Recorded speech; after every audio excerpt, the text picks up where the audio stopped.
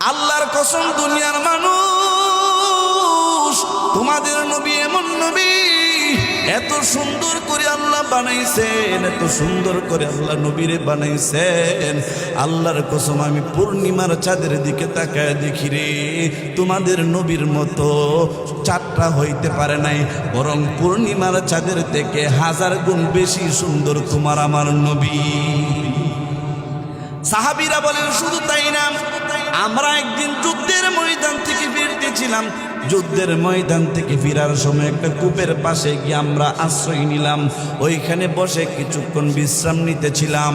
এমনি নবী বলেন, সাহাবীরা বলেন ইয়া রাসূলুল্লাহি ইয়া হাবিবাল্লাহ, আমাদের পানির তৃষ্ণা পেয়েছে। নবীজি বললেন কাছে একটা কূপ আছে, এই কূপ থেকে তোমরা পানি নিয়ে আসো। সাহাবীরা গেলেন কূপ থেকে পানি আনার জন্য। পানি তুলে দেখেন কূপের পানি বড় লবণাক্ত, খাওয়ার কোনো উপযুক্ত না। আল্লাহর নবী সাল্লাল্লাহু আলাইহি ওয়াসাল্লাম কূপের কাছে গেলেন, এই কূপের মধ্যে নবীজি একটু লালা মুবারক ছেড়ে দিলেন। আল্লাহর কসম, সাহাবীরা বলেন ওই কূপ থেকে নবীজির লালা ফালানোর পরে আমরা একটু পানি তুলে খাইলাম। আল্লাহর কসম, আল্লাহর নবী লালা ফেলার কারণে এই পবিত্র লালার ছোঁয়া পাইয়া ওই কূপের পানি যেটা লবণাক্ত ছিল কিছুক্ষণ আগে সঙ্গে সঙ্গে ডাবের পানির মতো মিষ্টি হয়ে গেছে। সুবহানাল্লাহ। নবীর তুতুর মধ্যে বরকত আছে না নাই? শুধু তাই না ও বাবা, আল্লাহর নবী সাল্লাল্লাহু আলাইহি ওয়াসাল্লাম একটি যুদ্ধের মধ্যে হযরত আলী রাদিয়াল্লাহু তাআলা আনহুকে পাঠাইছিলেন, কিন্তু হযরত আলীর চক্ষু উঠেছিল, চক্ষু রোগ হয়েছিল। এই জন্য আলী নবীর দরবারে আসেন, ইয়া রাসূলুল্লাহ ইয়া হাবিবাল্লাহ, নবী গো আমি যুদ্ধের ময়দানে কিভাবে সেনা প্রধান হব, কিভাবে আমি যুদ্ধের ময়দানে যাব? ইয়া রাসূলুল্লাহ, ওগো নবীজি আমি তো দুই চোখ খুলতে পারি না। নবীজির লালা মুবারক হযরত আলীর চোখের মধ্যে লাগায় দিলেন। আলী বলেন দুনিয়ার মানুষ, যেই মাত্র নবীজি আমার চোখের মধ্যে নবীজির লালা লাগায় দিলেন, সঙ্গে সঙ্গে আমি আলীর দুইটা চোখ শিফা হয়ে গেল, ভালো হয়ে গেল। সুবহানাল্লাহ। কি বুঝেন? আমরা নবীর দাম আছে না নাই? আমাদের নবী, গর্ব করে বলেন কার নবী? আমাদের নবী। গোপালগঞ্জের তারা ভাবেতে থাকেন, আমাদের প্রধানমন্ত্রী ছিল, ঠিক না? একটা বাবা ছিলেন না এর প্রধানমন্ত্রী? আমাদের নবী বলেন কার নবী?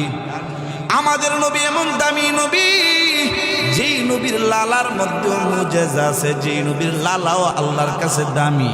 এমনকি সাহাবীরা বলেন দুনিয়ার মানুষ শুনো রে, শুধু লালা নাম, আমরা যখন বিভিন্ন বিবাহ বাড়িতে যাইতাম, আমরা যখন ঈদের সময় চলে আসতো, আমরা যখন মুসলমানদের বিভিন্ন অনুষ্ঠানের মধ্যে যাইতাম, তখন আমাদের বেশি আতরের প্রয়োজন ছিল না, আমাদের দামি দামি আতর কেনার মতো টাকাও ছিল না। আমরা নবীজির ঘাম মুবারক বোতলের মধ্যে আমরা ঢুকায় রাখতাম, অনুষ্ঠানের মধ্যে ঘাম মুবারক ছিটায় দিতাম। আল্লাহর নবীর ঘাম মুবারকের ছিটায় দেওয়ার কারণে পুরা অনুষ্ঠানের মধ্যে মেশকাম্বরের গ্রাম শুরু হয়ে যাইত। সুবহানাল্লাহ। অনেকে মনে হয় কষ্ট পাইতেছেন নবীর শান শুনে, কষ্ট হইতেছে নাকি? না ভাল লাগতেছে? এমন নবীর উম্মত আমরা, বলেন এই নবীর উম্মত হইতে পারে আমরা খুশি না বেজার? যারা খুশি, যারা মুখটা এতক্ষণ বন্ধ করে রাখছেন, দয়া করে খুশি হয়ে থাকলে জোরে বলেন আলহামদুলিল্লাহ। আরো জোরে বলেন আলহামদুলিল্লাহ। আল্লাহ আপনি আমাদেরকে এমন নবীর উম্মত বানাইছেন, যেই নবী ইশারা দিলে সূর্য নড়ে। হযরত আলী বলেন একবার আসরের নামাজের সময় আল্লাহর নবী সাল্লাল্লাহু আলাইহি ওয়াসাল্লামের ঘুম পাইল। এই জন্য আমি আমার উরুটা আল্লাহর নবীর জন্য বালিশ বানায় দিলাম। নবী আমার উরুর মধ্যে ঘুমায় যায়, একটু পরে আমি তাকায় দেখি রে আসরের নামাজ আমার কাজা হয়ে যাইতেছে, সূর্য ডুবে যাইতেছে, আমি কিছুই বলতে পারতেছি না। নবী আমার উরুর মধ্যে ঘুমানো। এখন যদি নবীকে আমি জাগ্রত করাই, নবী যদি কষ্ট পায়, আল্লাহ যদি আমার আমার হাসরের মাঠে ধরে আমার নবীর ঘুম কেন তুমি ভাঙলা? এই জন্য হযরত আলী দ্বিধাদ্বন্দ্বে পড়ে গেলেন, আমি কি নামাজ পড়বো না নবীকে ডাক দিব, কি করবো বুঝতেছে না। নামাজ যদি পড়তে হয় নবীকে ডাক দিতে হয়। এই জন্য হযরত আলী দ্বিধাদ্বন্দ্বের মধ্যে পড়ে গেলেন, ইখতিলাফের মধ্যে পড়ে গেলেন। এই জন্য বাবা হযরত আলী ডাক দিতে পারে না, কিন্তু এক ওয়াক্ত নামাজ আসরের নামাজ ছুটে যায়। এই জন্য আলীর ভিতরে বড় মায়া হয়, আবার নবীর জন্য ভীষণ মায়া হয়। এই মুহূর্তে কি করতে পারে? দ্বিধাদ্বন্দ্বে পড়িয়া আলীর চোখ দিয়া টপ টপ করে পানি পড়ে। এই পানি নবীজির গাল মুবারকে পড়ে, নবীজি সজাগ হয়ে যায়। ওরে আলী, কেন কান্দো? তোমার কান্নার কারণটা কি? আলী ডাক দিয়া কই, নবী ইয়া রাসূলুল্লাহ, আমি কান্না করতেছি।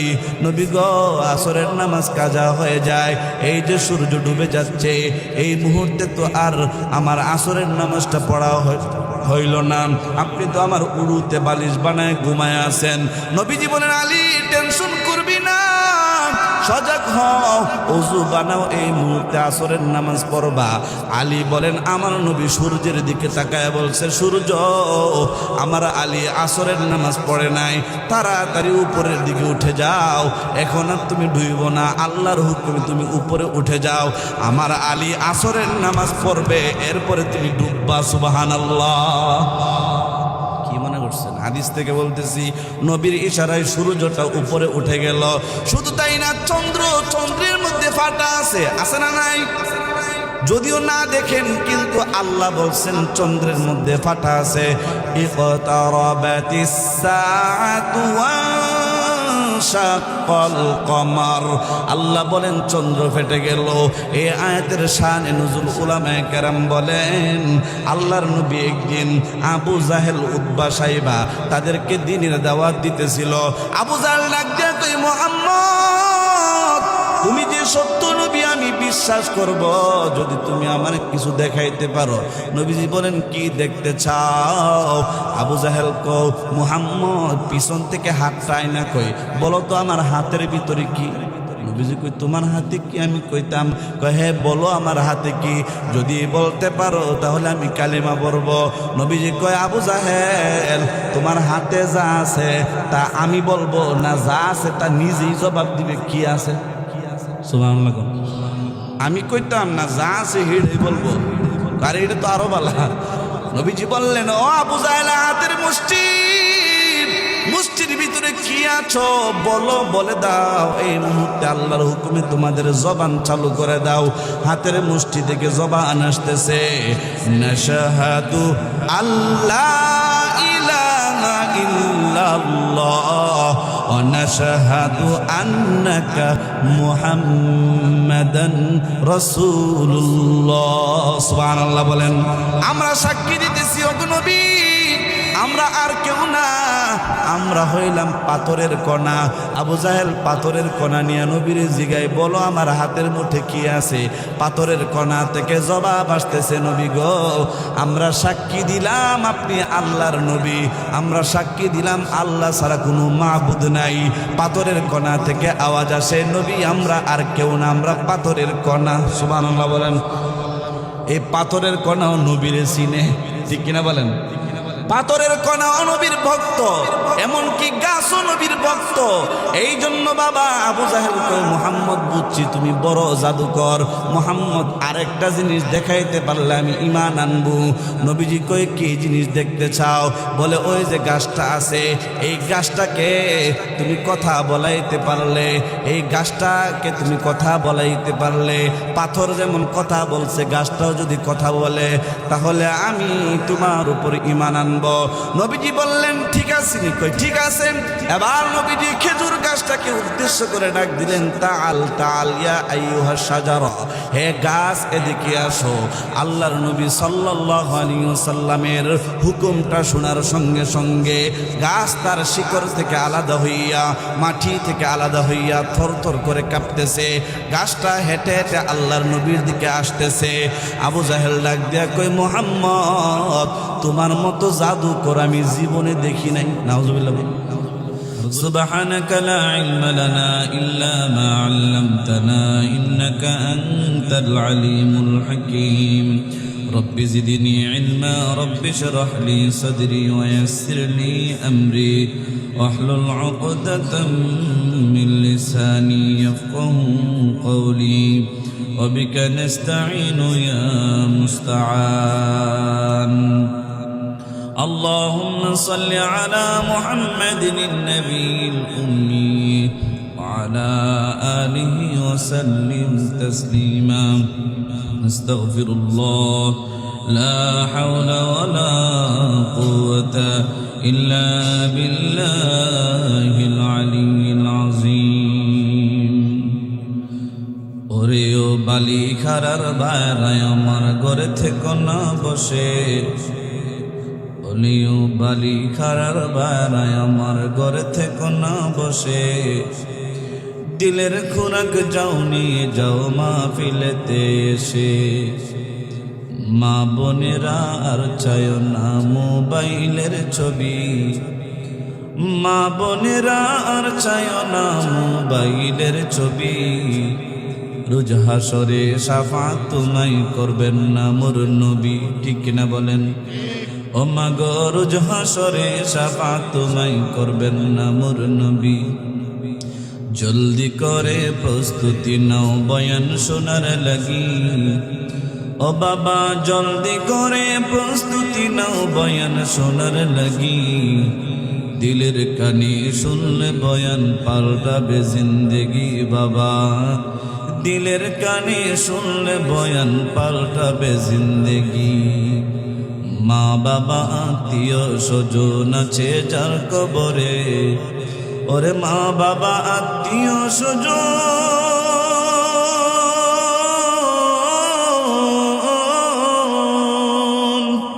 মা বাবা আত্মীয় স্বজন আছে যার কবরে মাহফিল শেষে করো দোয়া তোমরা তাদের তরে মাহফিল শেষে দোয়া করো তোমরা তাদের তরে থাকতে সময় ভোলা মন স্মরণ করো তারে থাকতে সময় ভোলা মন স্মরণ করো তারে যিনি দয়া করে মায়া করে বানাইলেন তোমারে যিনি দয়া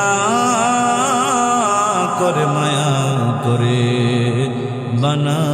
বানাইছেন তোমারে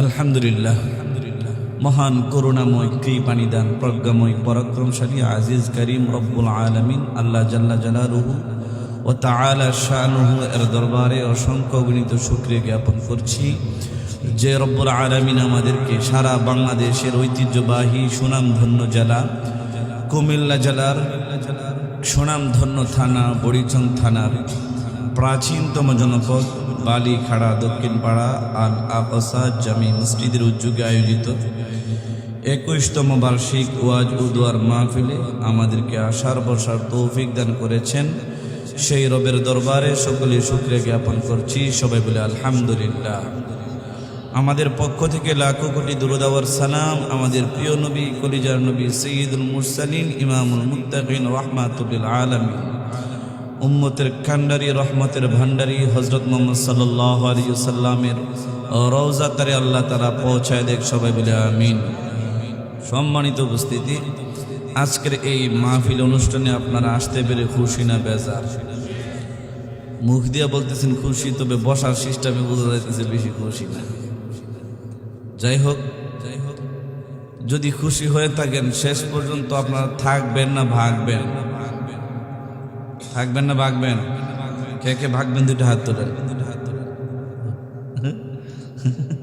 বুঝছেন না নতুন যাক আমি একটু স্পষ্ট করে বলছি শেষ পর্যন্ত থাকবেন কে কে দুইটা হাত তোলেন লিল্লাহি তাকবীর নারায়ে তাকবীর কোরআন সুন্নাহর আলো নবীর সুন্নাহর আলো নারায়ে তাকবীর এক লাগে গিয়ে বলছি কোরআন সুন্নাহর আলো নবীর সুন্নাহর আলো লোকেরা উত্তরবঙ্গের দিকে লোকেরা জীবনে ঘরে ঘরে কই না এরা কই সংসদে জালো তো আমি বললাম সংসদে জ্বালবেন তো পরে আগে দিয়ে মাহফিলের সিস্টেমে সুন্দর হয়েছে না, নবীর সুন্নাহ হইলো মাহফিলে বসতে হয় হুজুরের কাছাকাছি, মাঝখানে ফাঁকা বন্ধ করে বসতে হয়, সবাই চেপে চেপে বসতে হয়। এখন আপনারা যেভাবে বসছেন নবীর সুন্নত পালন হয়েছে না। আল্লাহ আমি দোয়া করলাম আমার যেই বাবা সামনে এসে বসে আপনার নবীর সুন্নাহটাকে জিন্দা করবে, আল্লাহ আপনি আমার ওই বাবাকে আরশে আজিমের নিচে ছায়া দান করেন। সবাই বলে আমিন। দেখি আমার কোন বাবা আছেন নবীর সুন্নতকে মহব্বত করে একটু কষ্ট করে সামনে আসবেন, আল্লাহ তাআলা যেন নবীর হাতে হাউজে কাউসারের পানি পান করায় দেন। সবাই বলে আমিন। মাশাআল্লাহ, আল্লাহ আপনি দেখতেছেন আপনার নবীর সুন্নাহ কি সুন্দরভাবে ওনারা পূরণ করতেছেন। মাশাআল্লাহ, 3 জায়গায় ফাঁকা রাখতে নাই। কই জায়গা? 3 জায়গা। ফজিলত শুনে যদি মাঝের জায়গা পূরণ না করেন তাহলে কি বলবো। নবীজি বলেন 3 জায়গায় তোমরা ফাঁকা রাখো না। এর মধ্যে 1 নম্বর জায়গা হলো মাহফিল, কোরআন হাদিসের আলোচনা যেখানে হয় হুজুরের কাছাকাছি বসে সিনা এলেম অর্জন করতে হয়। হুজুরের সিনা এদিকে টিউবওয়েল, এই টিউবওয়েলের যে মুখ আছে এই মুখ বরাবর যদি আপনি টিল্লা বা জগ মগ যদি না রাখা চাপ দেন তাহলে মগ রাখছেন এদিকে আর টিউবওয়েলের মুখ হইল এদিকে, তাহলে যতই চাপেন পানি পড়বে কোথায়? বাইরে পড়বে। তো ঠিক তেমনিভাবে এলেম হইল এরকম, আপনি যার কাছ থেকে শুনবেন তিনি হলেন এলেমের কলস, আপনি হলেন গ্লাস। ওনার বরাবর ওনার দিকে আপনার সিনা না থাকলে এলেম বাহিরে চলে যাওয়ার সম্ভাবনা আছে। এলেম যদি ভিতরে ঢুকাইতে চান ওনার দিকে নজর রাখতে হবে, এদিকে মনোযোগ থাকতে হবে, এদিকে ধ্যান খেয়াল থাকতে হবে। ঠিক কিনা বলেন? এই জন্য অনেকে ভাবসাপ নিয়ে অনেক মুসল্লি দেখি আবার ওয়াজও শুনে, আছে না নাই? ওয়াজ শোনার সময় সুবহানাল্লাহ সুবহানাল্লাহ করা নিষেধ, বুঝছেন নি?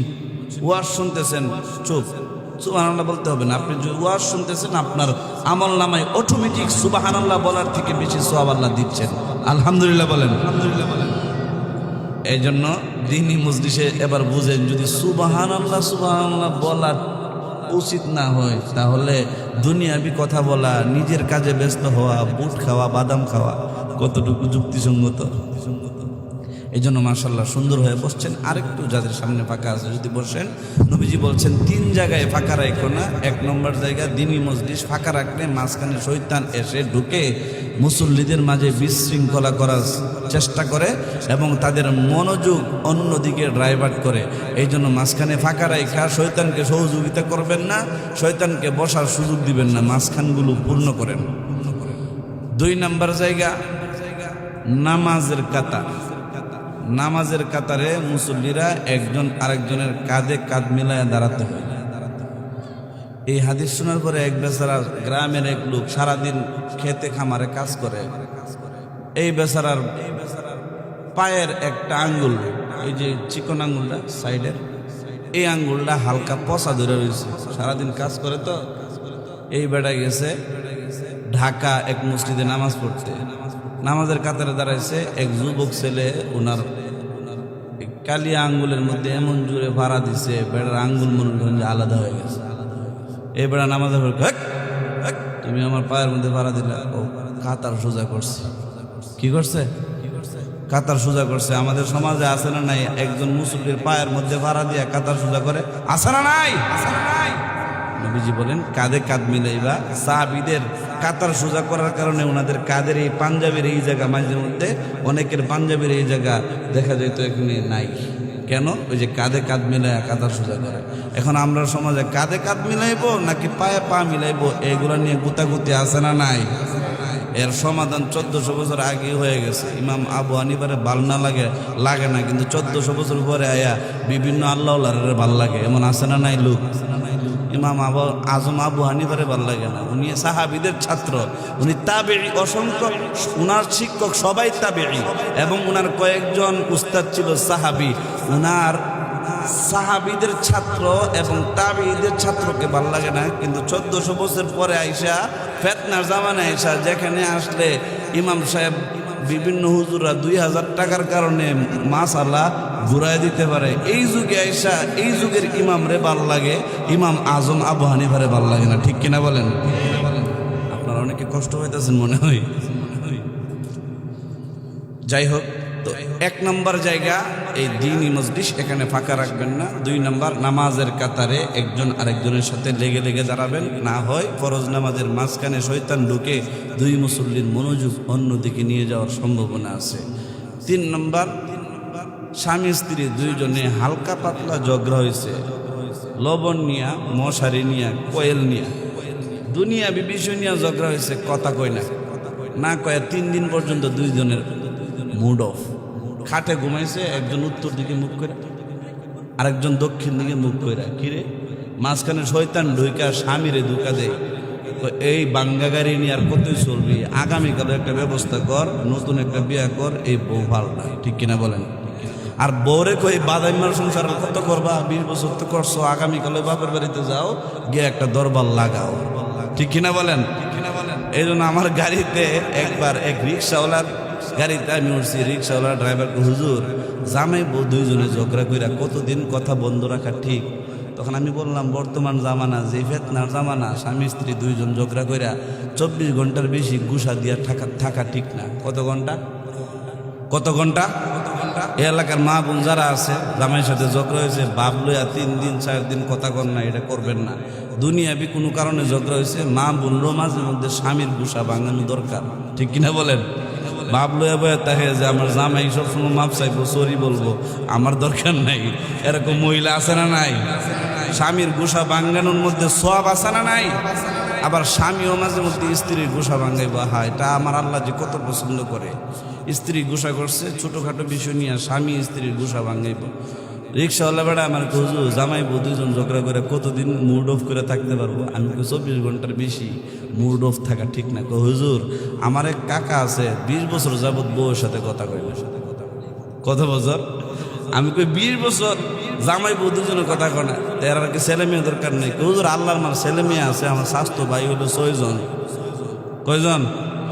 20 বছর কথা কয় না, এই 20 বছর আল্লাহর মান কয়জন হয়েছে? আমি কই মাশাআল্লাহ, এটা তো সুন্দর একটা গুসা। এরকম গুসা তো আমারও শিখার দরকার, কারণ আমরাও বউ আছে, মাঝে মধ্যে এমন গুসা দিব যে গুসাও হবো, আবার ছেলে মেয়ে হবো, সমস্যা নেই। এমন গুসা, কি গুসা একটু শিখাই দেন হুজুর, একটা পদ্ধতি আছে। আমি কি পদ্ধতি? হুজুর আমার চাচাই যখন বারান্দায় খাইতে বসে, তখন চাচি ভিতর দিকে জিগা, বারান্দার ডাইল লাগবো না, বুঝলেন নাই? বারান্দায় খাইতে বসে জিগা না যে অমুকের বাপ ডাইল লাগবো নি, বারান্দার ডাইল লাগবো নি, কি লাগবো নি? এইভাবে ডাইরেক্ট কথা না কয়া আনডাইরেক্ট কথা কয়া 20 বছর কাটাই দিছে। এভাবে 20 বছর চলে গেছে। নাউজুবিল্লাহ কই না? আরো জোরে বলেন নাউজুবিল্লাহ। স্বামী স্ত্রী দুইজন কথা বন্ধ রাখা বর্তমান জামানায় বইলা গেলাম উচিত 24 ঘন্টার ভিতরে রাগ শেষ করে ফেলা। ঠিক কিনা বলেন? আমি আপনাদের সামনে যে আয়াত তেলাওয়াত করেছি, এই আয়াতের ওয়াজ এগুলো না। আয়াত হলো সূরাতুল আহজাবের 56 নং আয়াত। আল্লাহ বলেন, ইন্নাল্লাহা ওয়া মালাইকাতাহু ইউসাল্লুনা আলান নবী। এই আয়াত তেলাওয়াত করার উদ্দেশ্য হলো, আমি বাংলাদেশের মোটামুটি 64 জেলা ঘোরা শেষ, 2-3টা জেলা বাকি আছে। যেখানে যাই আমি নবীর শানে বয়ান করি বেশি। কারণ হইল, আমরা কওমি মাদ্রাসার ছাত্র, উলামায়ে দেওবন্দের সিলসিলার ছাত্র। আমরা মুশতাকুন নবী কাসিমের শাগরেদ, আমরা আনিসুর রহমান আশরাফি ওনাদেরকে অনুসরণ করি।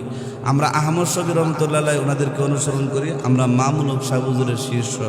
আমরা বাংলাদেশ কওমি মাদ্রাসা, চিনেন না আপনারা? আমরা এই আকিদার লোক। অনেকে কই দেওবন্দ ওলারা নাকি ওয়াহাবি। আমি জিগাই ওয়াহাবি কেন? কই তারা নবী ভালো হয় না। এই জন্য আমি যেখানেই যাই নবীর শানে বয়ান করি। আমি ওই দলের লোকদেরকে দেখায় দিই আমরা ওয়াহাবি না, প্রকৃতপক্ষে সুন্নি আমরা। ঠিক কিনা বলেন? কারণ মুশতাকুন নবীরে দেখেন, জিগায় হুজুর আপনার পকেটে মেসওয়াক আছে নি? আছে। হুজুর টুপি আছে নি? আছে।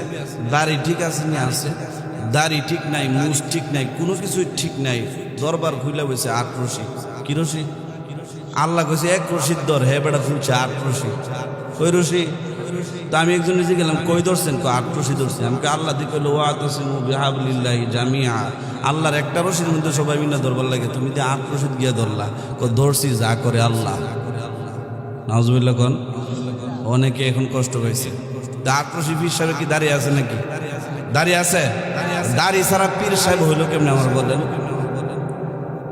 এই জন্য আমি বেশিরভাগ নবীর শানে বয়ান করি, যাতে করে মানুষ বুঝে যে আমরা ওয়াহাবি না, আব্দুল ওয়াহাব নজদির অনুসারী আমরা না, আমরা ইমামে আজম আবু হানিফার অনুসারী। ঠিক কিনা বলেন?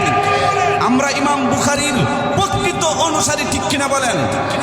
এই জন্য আল্লাহ বলেন, ইন্নাল্লাহা ওয়া মালাইকাতাহু ইউসাল্লুনা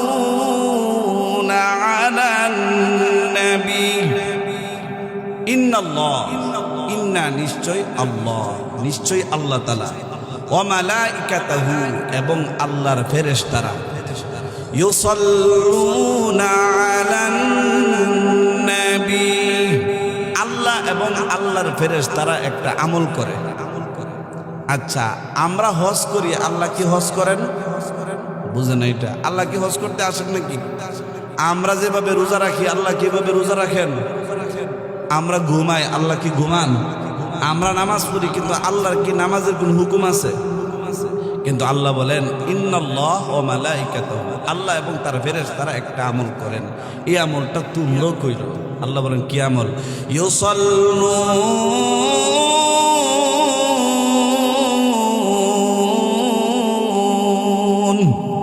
আল্লাহ এবং তার ফেরেশতারা দুরূদ পড়েন। কি পড়েন? আলান নবী, আই আলা মুহাম্মাদিন, মুহাম্মদ সাল্লাল্লাহু আলাইহি ওয়াসাল্লামের উপর দুরূদ পড়েন।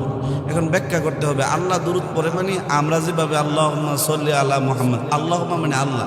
এখন আল্লাহ কোন আল্লাহর কাছে চাইবে? এই জন্য আল্লাহ আমাদের মতো দুরূদ পড়েন না, বরং এখানে মুফাসসিরিনে কেরাম তাফসীর করেছেন, আসসালাতু মিন ইনদিল্লাহ, আল্লাহর পক্ষ থেকে আল্লাহ দুরূদ পড়েন মানে আল্লাহ 24 ঘন্টায় তার বন্ধুর উপর রহমত প্রেরণ করেন। সুবহানাল্লাহ। আর ওয়া মালাইকাতুহু, ফেরেশতারা দুরূদ পড়েন মানে ফেরেশতারা 24 ঘন্টায় নবীজির জন্য দোয়া করেন, ইস্তিগফার করেন। সুবহানাল্লাহ বলেন। এরপর আল্লাহ বলেন, ইয়া আইয়ুহাল্লাযীনা আমানু সাল্লু আলাইহি,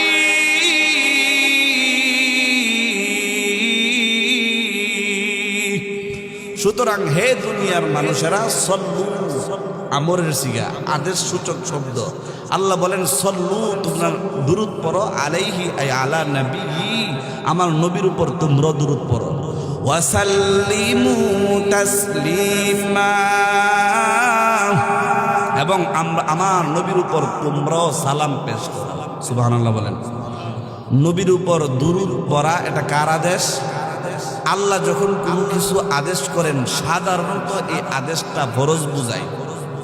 কোরআনের কিছু কিছু আয়াত আমরের সিগা ফরজ হয় না, কখনো কখনো আমরের সিগা ফরজ বুঝায়, আবশ্যকীয় বুঝায়।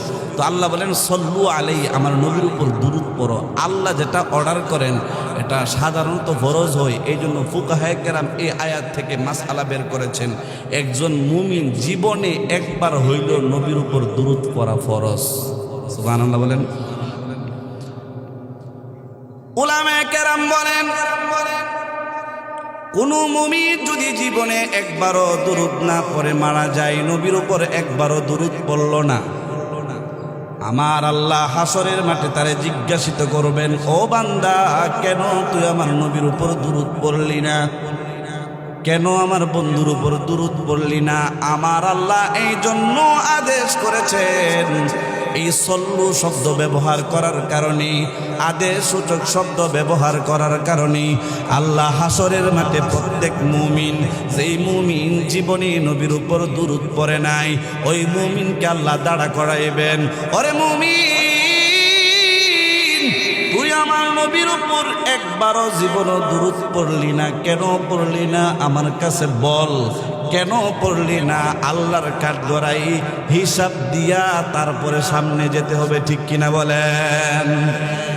এই জন্য আমি যে আলোচনা শুরু করছি, বলেন এখান থেকে কি আমি যে ওয়াহাবি এটা প্রমাণ হইল না আমিও নবীর আশেক? আপনারা যে শুনতেছেন, শুনবেন নবীর আলোচনা, বলেন নবীর প্রশংসা কারা শুনি? যারা নবীর দুশ্মন নাকি যারা নবীর আশেক? যতক্ষণ পর্যন্ত নবীর শান কেউ বলবেন, যতক্ষণ পর্যন্ত নবীর শানের আলোচনা কেউ শুনবে, আমার আল্লাহ বলেন যতক্ষণ আমার বন্ধুর আলোচনা শুনবা, আমার বন্ধুর শান মান নিয়ে আলোচনা তোমরা পর্যন্ত একজন লোক দাঁড়ায়া দাঁড়ায়া নফল নামাজ পড়লে যেই সওয়াব হয়, আমার কোনো বান্দা যদি আমার বন্ধুর গুণগান গায়, আমার কোনো বান্দা যদি আমার বন্ধুর শান বলে, শান শুনে, আমার আল্লাহ তার আমল নামায় দাঁড়িয়ে দাঁড়িয়ে নফল নামাজ পড়ার সওয়াব লিখে দেন। এই জন্য এমন একজন নবী, যেই নবীর মতো দামি পৃথিবীতে আল্লাহ আর কাউকে বানান নাই। আদম নবী থেকে নিয়ে ঈসা নবী পর্যন্ত বলেন তো দেখি, যত পয়গম্বর আল্লাহ পৃথিবীতে পাঠাইছেন, সবচেয়ে দামি নবীর নাম কি? আমাদের নবী হইলেন সবচেয়ে দামি নবী। আমাদের নবীর মর্যাদা শুনেন। অনেকে নবীকে মর্যাদা দিতে দিতে, আপনাদের আশেপাশে এমন লোকের অভাব নাই যারা নবীর মর্যাদা দিতে দিতে নবীর দাম বাড়াইতে বাড়াইতে বলে আল্লাহ নবী, নবী আল্লাহ। আছে না নাই? যারা প্রশংসা করতে করতে নবীকে আল্লাহ বানায় ফেলেন, আবার আল্লাহকে নবীর জায়গায় বসায় ফেলে। একজনেরও ইমান ঠিক নাই, একজনেরও ইমান ঠিক থাকবে না। আবার কিছু মানুষ আছে তারা বলে নবী তোমার আমার মতোই, নবী আমরার ভাই, নবী তোমার আমার মতোই সাধারণ মানুষ। ঠিক কিনা বলেন? যারা বলবে নবী তোমার আমার মতো সাধারণ মানুষ, এদের ইমানও সঠিক মাপকাঠির মধ্যে নাই। আবার যারা বলবে নবী তোমার আমার মতো না, নবী আল্লাহ, নবী আল্লাহ, আল্লাহ নবী, এই কথাও যারা বলবে তাদেরও ইমান ঠিক থাকবে না। এই জন্য আহলুস সুন্নাত ওয়াল জামাতের আকীদা, উলামায়ে দেওবন্দের আকীদা হলো নবীর মর্যাদা আল্লাহর পরে। বলেন আল্লাহর না আল্লাহর সমান? নবীর মর্যাদা হলো আল্লাহর পরে এবং পৃথিবীর সকল মাখলুকাতের উপরে। ঠিক কিনা বলেন? আদম নবীর থেকে আমার আপনার নবীর দাম বেশি, মুসা নবীর থেকে আমার আপনার নবীর দাম বেশি। এমনকি ইব্রাহিম নবী যিনি আমাদের নবীর পিতা, এই ইব্রাহিম নবী থেকেও আমাদের নবীর দাম বেশি। ঈসা নবী থেকেও আমাদের নবীর দাম বেশি। পৃথিবীতে যত পয়গম্বর আল্লাহ পাঠাইছেন সব পয়গম্বরের থেকে আমাদের নবীর দাম বেশি। এমনকি জিব্রাইল আলাইহিস সালাম, আল্লাহ তাআলার অসংখ্য অগণিত ফেরেশতা, এই অসংখ্য অগণিত ফেরেশতাদের মধ্যে জিব্রাইল হইল আল্লাহর একেবারে একেবারে করিব, একেবারে কাছের ফেরেশতা। জিব্রাইলের থেকে দামি করে আল্লাহ আর কোনো ফেরেশতাকে বানান নাই। আল্লাহ বলেন সকল ফেরেশতাদের থেকেও তোমাদের নবীকে আমি আল্লাহ দামি করে বানাইছি। ওমা আরসালনাকা ইল্লা রাহমাতাল লিল আলামিন। আল্লাহ বলেন নবী আমি আল্লাহ আপনাকে সাধারণ করে বানাই নাই। যারা বলে আপনি নবী সাধারণ, তাদেরকে জানায় দেন আমি আল্লাহ আপনাকে অসাধারণ করে বানাইছি।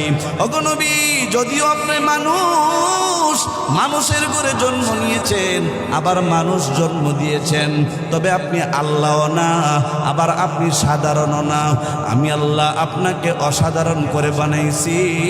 নবী গো, আপনি শুনে রাখেন, আদম থেকে নিয়ে কিয়ামত পর্যন্ত যত মানুষ আমি আল্লাহ দুনিয়াতে পাঠাইব, আপনার মতো দামি করে আমি আল্লাহ আর কোনো মানুষকে বানাইব না। সুবহানাল্লাহ। কিয়ামত পর্যন্ত আমার আপনার নবীর মতো দামি কেউ আসবে না। এই জন্য আল্লাহ বলেন ইন্নাকা লাআলা খুলুকিন আযীম। ওগো নবী, আমি আল্লাহ আপনাকে খুলুকে আজিম দান করেছি। আজিম মানে বিশাল, আজিম দিয়া বিশালতা বোঝায়। বিশালতা বোঝাইবার জন্য আরো দুইটা আরবি শব্দ আছে। এক হইল আমিক, আমিক মানে হইল বিশাল, আর একটা হইল আরিজ, আরিজ মানেও বিশাল। আল্লাহ বলেন আমার বন্ধুকে আমি আল্লাহ আমিকও বুঝাই নাই, আরিজও বুঝাই নাই। আমার বন্ধুর চরিত্রের ব্যাপারে আমি আল্লাহ বলেছি আজিম। আল্লাহ বলেন আমি আল্লাহ নিজে আজিম। আল্লাহ তাআলা জাহান্নামের ব্যাপারে বলেন ওয়ালাহুম আযাবুন আযীম। কাফেরদের জন্য রয়েছে আজিম বিশাল আযাব, যে আযাবের কোনো শেষ নাই। আল্লাহ বলেন ও মুমিন, যারা কষ্ট করে ঈমান এনে নেক আমল করে জান্নাতে যাইবা, তোমাদের জন্য রয়েছে আজরুন আযীম, এমন জান্নাত যেই জান্নাতের কোন কুল কিনারা নাই। জিব্রাইল আলাইহিস সালাম বলেন, আমি জিব্রাইল জান্নাতের মধ্যে ঘুরতেছিলাম, 70 বছর পর্যন্ত জান্নাতের মধ্যে ঘুরলাম, জান্নাতের কোনো কুল কিনারা পাইলাম না। এই জন্য আল্লাহ জান্নাতকে বলছেন আজরুন আযীম। সব জায়গায় আল্লাহ আযীম শব্দ ব্যবহার করেন না। কোরআনে কারীমের একটা ব্যবহারের নীতিমালা হইল আল্লাহ বিশাল, এমন বিশালের জায়গায় আযীম ব্যবহার করেন যে এই বিশালতার কোনো শেষ নাই। আল্লাহ জাহান্নামকে বলছেন আযীম, এই কাফেরদেরকে এমন জাহান্নাম দেওয়া হবে যার কোনো কুল কিনারা নাই। আল্লাহ নিজের ব্যাপারে বলছেন আল্লাহু আযীম, আল্লাহ হইলেন আযীম। আল্লাহ এমন আযীম যে আল্লাহকে মানুষের জ্ঞান দিয়ে আজ করা যায় না। আল্লাহর বিশালতার কোনো শেষ নাই। আল্লাহ মুমিনদের জান্নাতের ব্যাপারে বলছেন আযীম, কারণ মুমিনদের জান্নাত এমন বড় জান্নাত যে জান্নাতের কোনো কুল কিনারা থাকবে না। ঠিক তেমনি ভাবে আল্লাহ আমার আপনার নবীর চরিত্রের ব্যাপারে বলছেন আযীম। ওগো নবী, আমি আল্লাহ আপনাকে সুন্দর এবং বিশাল চরিত্র দিয়ে দুনিয়াতে পাঠাইছি, উত্তম চরিত্র দিয়ে পাঠাইছি। পৃথিবীতে আপনার মতো এত সুন্দর চরিত্রওয়ালা আর কাউকে আমি আল্লাহ পাঠাইব না। সুবহানাল্লাহ বলেন। শুধু তাই না বাবা, আল্লাহ তাআলা আমার আগে হুজুর বলেছেন আল্লাহ তাআলা চেহারার দিকে তাকান না। এটা হাদিসে আছে, আল্লাহ চেহারার দিকে তাকাই না, ধন সম্পদের দিকে তাকাই না। আল্লাহ তাকান ইন্নাল্লাহা ইয়ানজুরু ইলা কুলুবিকুম ওয়া আমালিকুম। আল্লাহ আমল দেখেন আর অন্তরটা দেখেন। কিন্তু তার বন্ধুরে বানাইতে গিয়ে আল্লাহ চেহারার দিকে লক্ষ্য রাখছেন। আমার বন্ধু এমন বন্ধু যেই বন্ধুর মতো সুন্দর পৃথিবীতে আর কাউকে আমি আল্লাহ বানাইব না। মানুষকে তো আমি আল্লাহ সুন্দর করে বানাইছি, সৌন্দর্যের একটা লিমিট দিছি, কিন্তু আমার বন্ধু মুহাম্মদকে আমি আল্লাহ এত সুন্দর করে বানাইছি। একজন সাহাবী বলেন, আমি একদিন পূর্ণিমার রাতে আল্লাহর নবীকে দেখতে গেলাম।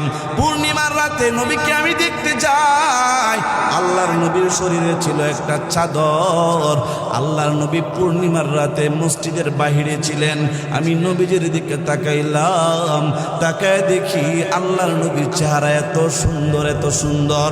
নবীর দিকে তাকানোর পরে আকাশের পূর্ণিমার চাঁদের দিকে তাকাইলাম, আবার নবীর দিকে তাকাইলাম, আবার চাঁদের দিকে তাকাইলাম, আবার নবীর দিকে তাকাইলাম। আল্লাহর কসম দুনিয়ার মানুষ, তোমাদের নবী এমন নবী, এত সুন্দর করে আল্লাহ বানাইছেন, এত সুন্দর করে আল্লাহ নবীরে বানাইছেন। আল্লাহর কসম আমি পূর্ণিমার চাঁদের দিকে তাকায় দেখি রে, তোমাদের নবীর মতো চাঁদটা হইতে পারে নাই, বরং পূর্ণিমার চাঁদের থেকে 1000 গুণ বেশি সুন্দর তোমার আমার নবী। সাহাবীরা বলেন, শুধু তাই না, আমরা একদিন যুদ্ধের ময়দান থেকে ফিরতেছিলাম। যুদ্ধের ময়দান থেকে ফিরার সময় একটা কূপের পাশে গিয়ে আমরা আশ্রয় নিলাম। ওইখানে বসে কিছুক্ষণ বিশ্রাম নিতেছিলাম। এমনি নবী বলেন, সাহাবীরা বলেন, ইয়া রাসূলুল্লাহি, ইয়া হাবিবাল্লাহ, আমাদের পানির তৃষ্ণা পেয়েছে। নবীজি বললেন, কাছে একটা কূপ আছে, এই কূপ থেকে তোমরা পানি নিয়ে আসো। সাহাবীরা গেলেন কূপ থেকে পানি আনার জন্য। পানি তুলে দেখেন কূপের পানি বড় লবণাক্ত, খাওয়ার কোনো উপযুক্ত না। আল্লাহর নবী সাল্লাল্লাহু আলাইহি ওয়াসাল্লাম কূপের কাছে গেলেন। এই কূপের মধ্যে নবীজি একটু লালা মুবারক ছেড়ে দিলেন। আল্লাহর কসম, সাহাবীরা বলেন, ওই কূপ থেকে নবীজির লালা ফালানোর পরে আমরা একটু পানি তুলে খাইলাম।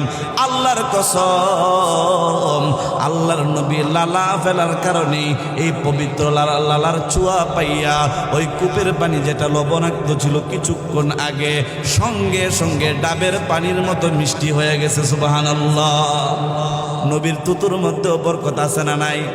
শুধু তাই না, ও বাবা, আল্লাহর নবী সাল্লাল্লাহু আলাইহি ওয়াসাল্লাম একটি যুদ্ধের মধ্যে হযরত আলী রাদিয়াল্লাহু তাআলা আনহুকে পাঠাইছিলেন, কিন্তু হযরত আলীর চক্ষু উঠেছিল, চক্ষু রোগ হয়েছিল। এই জন্য আলী নবীর দরবারে আসেন, ইয়া রাসূলুল্লাহ, ইয়া হাবিবাল্লাহ, নবী গো, আমি যুদ্ধের ময়দানে কিভাবে সেনা প্রধান হব, কিভাবে আমি যুদ্ধের ময়দানে যাব। ইয়া রাসূলুল্লাহ, ওগো নবীজি আমি তো দুই চোখ খুলতে পারি না। নবীজির লালা মুবারক হযরত আলীর চোখের মধ্যে লাগায় দিলেন। আলী বলেন, দুনিয়ার মানুষ, যেই মাত্র নবীজি আমার চোখের মধ্যে নবীজির লালা লাগায় দিলেন, সঙ্গে সঙ্গে আমি আলীর দুইটা চোখ শিফা হয়ে গেল, ভালো হয়ে গেল। সুবহানাল্লাহ। কি বুঝেন? আমরা নবীর দাম আছে না নাই? আমাদের নবী, গর্ব করে বলেন কার নবী? আমাদের নবী। গোপালগঞ্জের তারা ভাবেতে থাকে না, আমাদের প্রধানমন্ত্রী ছিল, ঠিক না? একটা বাবা ছিল না এর প্রধানমন্ত্রী। আমাদের নবী, বলেন কার নবী? আমাদের নবী এমন দামি নবী, যেই নবীর লালার মধ্যে মুজেজা আছে, যেই নবীর লালাও আল্লাহর কাছে দামি। এমনকি সাহাবীরা বলেন, দুনিয়ার মানুষ শুনো রে, শুধু লালা নাম। আমরা যখন বিভিন্ন বিবাহ বাড়িতে যাইতাম, আমরা যখন ঈদের সময় চলে আসতো, আমরা যখন মুসলমানদের বিভিন্ন অনুষ্ঠানের মধ্যে যাইতাম, তখন আমাদের বেশি আতরের প্রয়োজন ছিল না, আমাদের দামি দামি আতর কেনার মতো টাকাও ছিল না।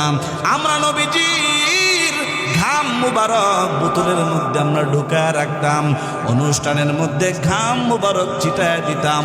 আল্লাহর নবীর ঘাম মুবারকের ছিটায় দেওয়ার কারণে পুরা অনুষ্ঠানের মধ্যে মেশকাম্বরের গ্রান শুরু হয়ে যাইত। সুবহানাল্লাহ। অনেককে মনে হয় কষ্ট হইতেছে নবীর শান শুনে, কষ্ট হইতেছে নাকি?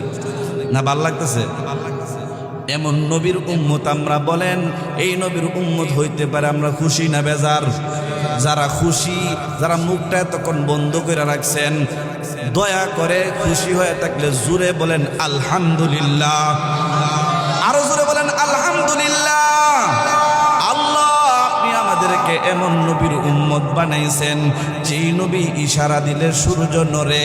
হযরত আলী বলেন, একবার আসরের নামাজের সময় আল্লাহর নবী সাল্লাল্লাহু আলাইহি ওয়াসাল্লামের ঘুম পাইল। এই জন্য আমি আমার উরুটা আল্লাহর নবীর জন্য বালিশ বানায় দিলাম। নবী আমার উরুর মধ্যে ঘুমায় যায়। একটু পরে আমি তাকায় দেখি রে, আসরের নামাজ আমার কাজা হয়ে যাইতেছে, সূর্য ডুবে যাইতেছে, আমি কিছুই বলতে পারতেছি না। নবী আমার উরুর মধ্যে ঘুমানো।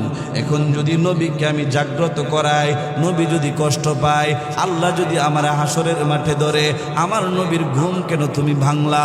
এই জন্য হযরত আলী দ্বিধাদ্বন্দ্বে পড়ে গেলেন, আমি কি নামাজ পড়বো না নবীকে ডাক দিব, কি করবো বুঝতেছে না। নামাজ যদি পড়তে হয়, নবীকে ডাক দিতে হয়। এই জন্য হযরত আলী দ্বিধাদ্বন্দ্বের মধ্যে পড়ে গেলেন, ইখতিলাফের মধ্যে পড়ে গেলেন। এই জন্য বাবা হযরত আলী ডাক দিতে পারে না, কিন্তু এক ওয়াক্ত নামাজ, আসরের নামাজ ছুটে যায়। এই জন্য আলীর ভিতরে বড় মায়া হয়, আবার নবীর জন্য ভীষণ মায়া হয়। এই মুহূর্তে কি করতে পারে? দ্বিধাদ্বন্দ্বে পড়িয়া আলীর চোখ দিয়া টপ টপ করে পানি পড়ে। এই পানি নবীজির গাল মুবারকে পড়ে, নবীজি সজাগ হয়ে যায়। ওরে আলী, কেন কান্দো? তোমার কান্নার কারণটা কি? আলী ডাক দিয়া কই, নবী ইয়া রাসূলুল্লাহ, আমি কান্না করতেছি।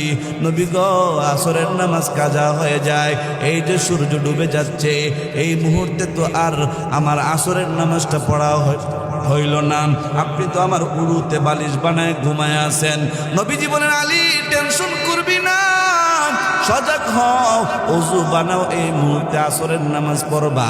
আলী বলেন, আমার নবী সূর্যের দিকে তাকায় বলছে, সূর্য, আমার আলী আসরের নামাজ পড়ে নাই, তাড়াতাড়ি উপরের দিকে উঠে যাও, এখন আর তুমি ডুইব না, আল্লাহর হুকুমে তুমি উপরে উঠে যাও, আমার আলী আসরের নামাজ পড়বে, এরপরে তুমি ডুববা। সুবহানাল্লাহ।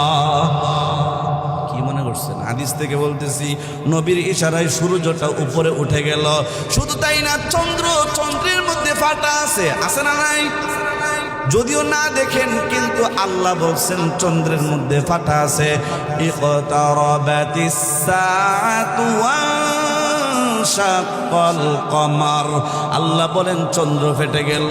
এই আয়াতের শানে নুজুল উলামায়ে কেরাম বলেন, আল্লাহর নবী একদিন আবু জাহেল, উতবা, সাইবা তাদেরকে দ্বীনের দাওয়াত দিতেছিল।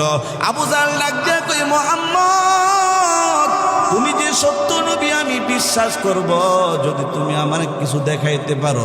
নবীজি বলেন কি দেখতে চাও? আবু জাহেল কও মুহাম্মদ পিছন থেকে হাতটা আইনা কই বলো তো আমার হাতের ভিতরে কি? নবীজি কই তোমার হাতে কি? আমি কইতাম কয় হ্যাঁ বলো আমার হাতে কি, যদি বলতে পারো তাহলে আমি কালিমা পড়ব। নবীজি কয় আবু জাহেল তোমার হাতে যা আছে তা আমি বলবো না যা আছে তা নিজেই জবাব দিবে কি আছে? সুবহানাল্লাহ। আমি কইতাম না যা আছে হিড়ে বলবো, আর এটা তো আরো ভালো। নবীজি বললেন ও আবু জাহেল হাতের মুষ্টির ভিতরে কি আছো বলো, বলে দাও। এই মুহূর্তে আল্লাহর হুকুমে তোমাদের জবান চালু করে দাও। হাতের মুষ্টি থেকে জবান আসতেছে নাশহাদু আল্লাহ ইলাহা ইল্লাল্লাহ ওয়া নাশহাদু আন্নাকা মুহাম্মাদান রাসূলুল্লাহ। সুবহানাল্লাহ বলেন। আমরা সাক্ষী দিতেছি ওগো নবী আমরা আর কেউ না, আমরা হইলাম পাথরের কণা। আবু জাহেল পাথরের কণা নিয়ে নবীরে জিগায় বলো আমার হাতের মুঠে কি আছে?